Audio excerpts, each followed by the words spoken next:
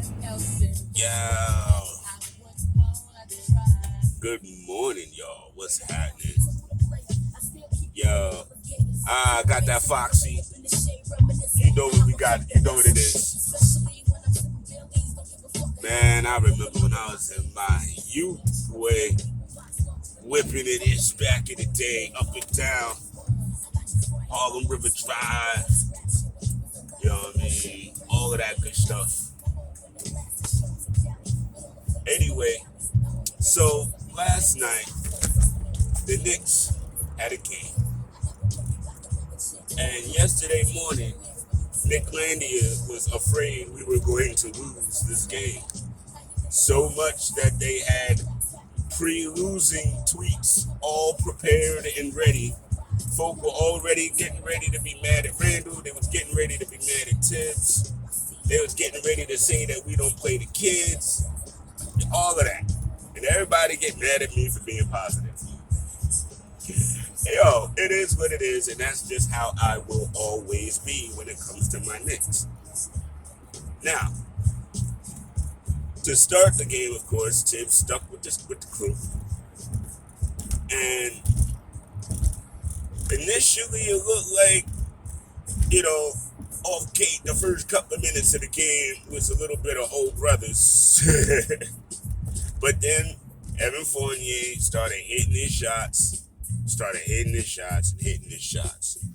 And Walt said it right.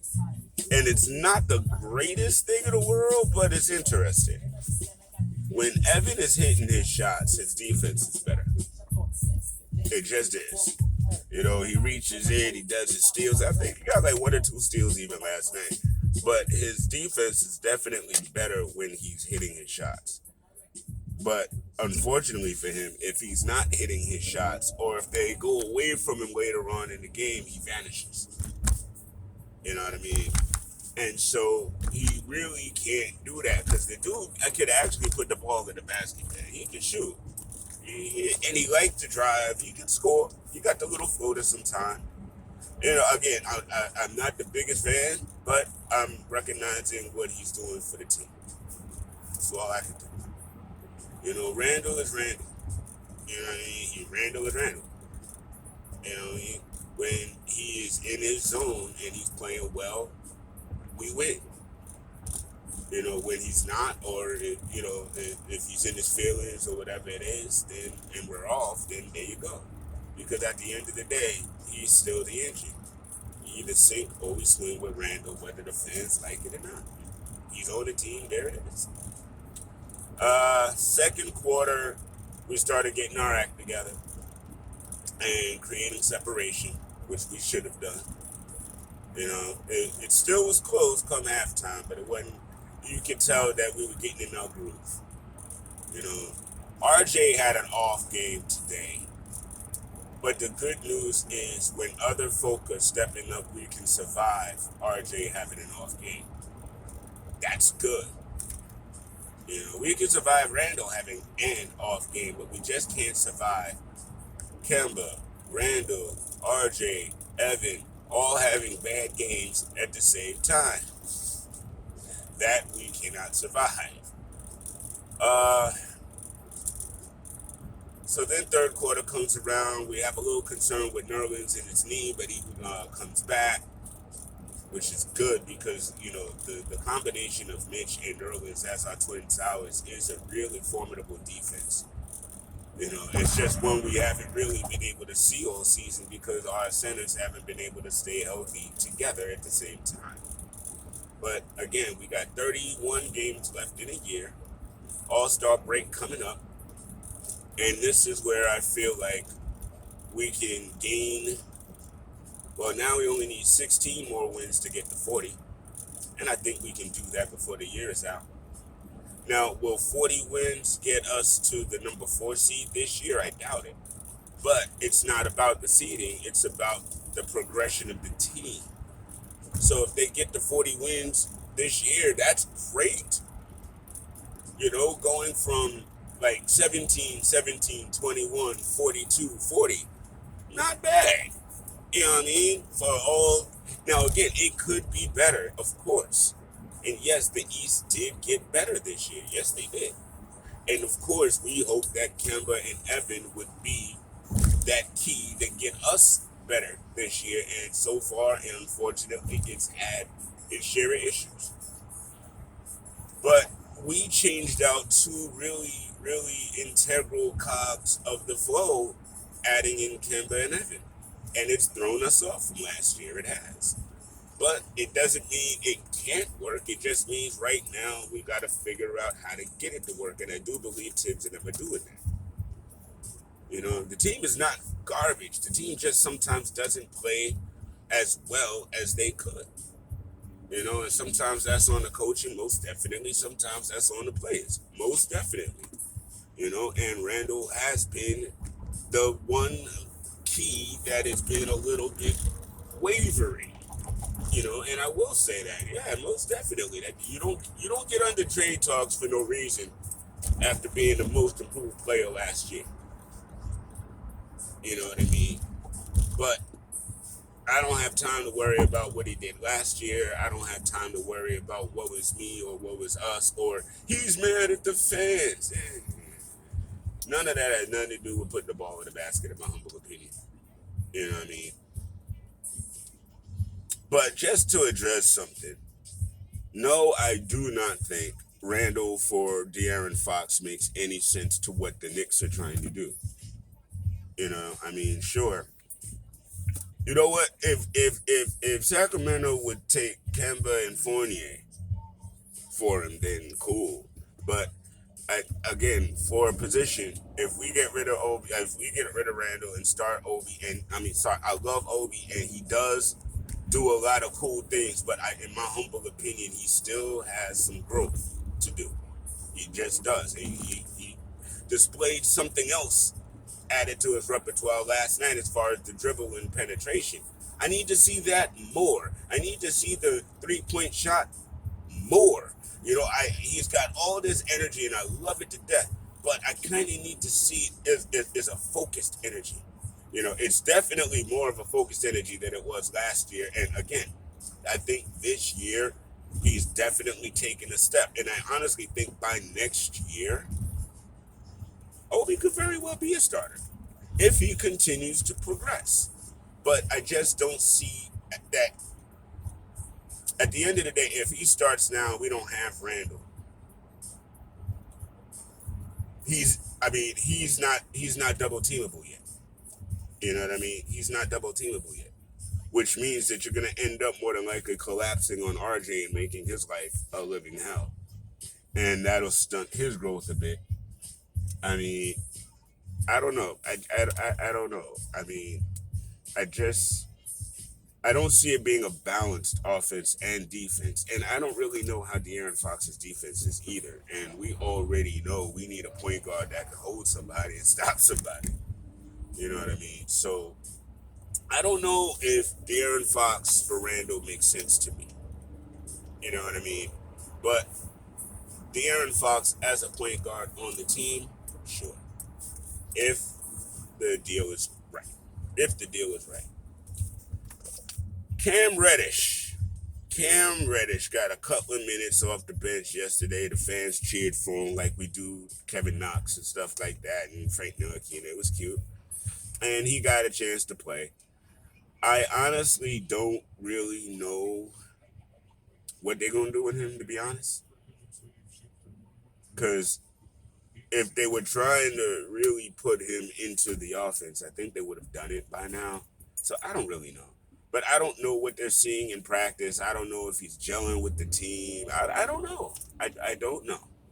I know he's getting a little bit of PT, and I guess for right now. And again, it was a win. So first and foremost, we got the dub and we blew him out. So that was great. We had the 25 point lead by the third quarter. Outstanding. That's what we needed. We needed to realize that we can whoop on some people because we had gotten whooped on. It's tough. And we all thought, there were different times during games within the last within the last week or two, where we thought we were turning the corner and we didn't. And it's tough. It is. It's as a fan to watch your team that you have your heart and your soul into, get rocked. It's hard. It's hard to watch the team that you love and that your soul is into, watch players not give 100% on every play. That part I definitely get. And for those that are looking at Randall again, body language, yeah. We know body language. But the fact that he trots sometimes up and down the court as opposed to hustle, yeah, I that annoys me too. Trust me. I'm not sitting there like waxing. Oh, look how beautiful! Even every terrible play is. No, stop. So any of y'all thinking that, y'all need to cut that out for real. Uh, but it, I'm just looking at the total encompassing what this team is. And this team is still the team that it was last year, built on what Randall does. Should it be? I don't know. I don't necessarily think so. But I also I already think that the offense is pivoting towards RJ because RJ is forcing the offense to pivot towards RJ, and that's just what he needs. That killer, that instinct that I want the ball in the clutch moments. You know, I mean, last year that was Randall all day, and he actually paid us off. This year he's not paying us off as much, but I feel like his regression is allowing RJ to shine. And RJ still looks at him like the team member and all that good stuff. So I don't really think there's any dissension within the locker room or any of that stuff going on. So I just really think that it's hard for New Yorkers to be patient sometimes because we've been patient for years and we never got anything that worth really talking about. And now that we got something worth talking about last year and it's not looking the same this year, we're frustrated. Yeah, I know. But again, at the same time, you can't quit on them. You can't quit on them. It's the Knicks. If you with them, you with them. You don't quit on them. You know? And then they give you games like last night where we were supposed to win and we won. Yes, the road trip, the next couple of games are not going to be easy. We've got Memphis coming in. But you know what? Again, these are teams that we're going to have to face anyway. And, listen, we sink or we swim.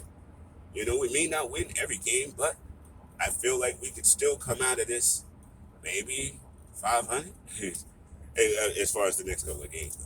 Maybe we win 2, lose 2, something like that. That's what I'm looking at. I mean, but, dude, this is the Knicks, man. I wait all year from April when the season is over to October. That 6 months is long for me because I miss my Knicks. I have my Mets and all of that, and I love my Mets, boy. Y'all know I love my Mets, but I miss my Knicks. You know what I mean? So when the Knicks season comes around, I am ecstatic about it. And I mean, from summer league on up, preseason games on up. Who am I to quit on them now? Just because they're not doing the same thing they did last year. I can't. You know what I mean? That means something. And I can't. You don't quit on them. You ride through it through the rocky times. It's a relationship. Relationships are not always great.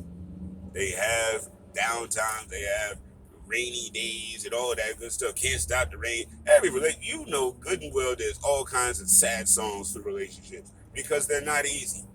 They're hard. Sometimes it's bad moments, but then there's the good moments, and that's why you're in the relationship. And I feel like we have a relationship with the Knicks. And, when they're not doing well or when they're not playing well, it hurts. It's an emotional tear. When we're up in these games and then we lose heartbreakers, that stuff hurts emotionally. I get it. We want to have victory. We want to be able to swag and brag about our team while other fans are bragging about their teams. Yeah, I get that. No doubt. I'm right there with you. But it's a relationship, and sometimes relationships are rocky. And that's all I got to say about that. Please check out my boy Danny B and his morning drive. I know you already have, more than likely. We will be definitely coming back to the Knicks corner, I believe, Valentine's Day weekend. And we got a green light and a bus just decided to hop across the highway. Don't you just love life? Don't you just love it? It's a traffic jam on this side, so he gonna end up killing a light for us because he decided to jump on across and get in our way. But that's what it is. Let me get out of here. I'll talk to y'all very, very soon. Good luck at Memphis, and let's go Knicks.